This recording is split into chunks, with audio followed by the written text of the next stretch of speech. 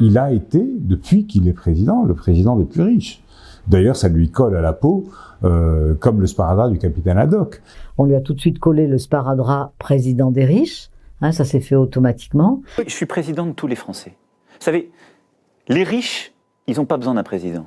Ils se débrouillent très bien tout seuls.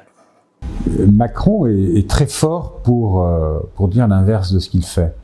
Les possédantes et les possédants que j'ai rencontrés, et les personnes qui ont des fortunes importantes, seraient très contentes de cette phrase. Mais en même temps, il les protège bien.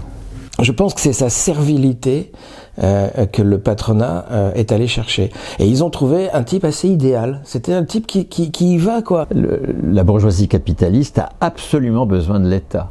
Ils ont besoin de l'État, l'État est à leur service. Quand Emmanuel Macron dit les riches, ils n'ont pas besoin de président, c'est incroyable. D'ailleurs, ça veut dire quoi? Ils n'ont pas besoin de république non plus, peut-être? Ils n'ont pas besoin de loi, vu qu'ils s'assoient dessus, comme sur l'évasion fiscale. Donc on est au-dessus de tout ça, au-dessus des règles de droit.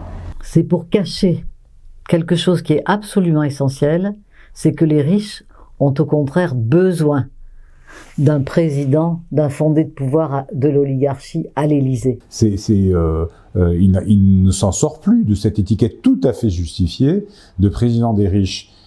En tout cas, je sais de quoi il n'est pas le président. Il n'est pas le président des salariés, il n'est pas le président des paysans, il n'est pas le président des fonctionnaires, il n'est pas le président de ceux qui créent les richesses dans le pays. Cette manière, en fait, de toujours mettre sur un piédestal les plus puissants et les plus nantis, et de cracher du fiel sur les travailleurs en permanence, ça en dit très très long. Parce qu'il le fait en permanence. Donc je veux dire, il a 4 clichés, 3 idées à la con, et il va obéir. Donc, si les riches n'ont pas besoin de président, Macron ne sert à rien.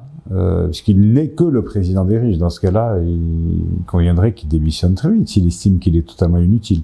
Et s'il est conséquent avec lui-même. Il a transformé un État-providence, qui était encore un État-providence en 2017, il en restait quelque chose, en un État néolibéral au service quasi exclusif des plus riches. Les riches, qu'est-ce qu'on entend par les riches? Les riches, ça ne veut pas dire grand-chose. Moi, je dirais les capitalistes. Ils ont absolument besoin d'un président et d'un État qui défend leurs intérêts. Les politiques publiques, les marchés publics sont des vaches à lait des groupes capitalistes. Il est président des riches parce qu'il a multiplié et qu'il continue de multiplier les cadeaux pour les plus riches. Son rôle de président se décompose de 2 manières.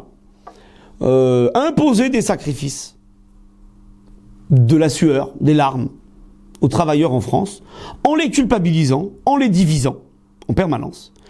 Et finalement, être le larbin servile et zélé du capital.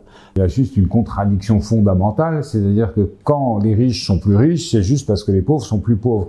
Et ça ne peut pas marcher en même temps. Là, c'est même plus les privatisations, c'est carrément des cadeaux. 200 milliards d'euros d'aide publique aux entreprises chaque année. C'est plus que le déficit de l'État. Donc Macron est bien le président des riches. Et c'est un petit peu l'inverse de Robin des Bois, puisqu'il a volé aux pauvres pour donner aux riches. Et donc, s'il est président de quelqu'un, il est davantage président de la finance et de la bourgeoisie que les travailleurs. Je pense que de manière éliminatoire, n'importe qui regarde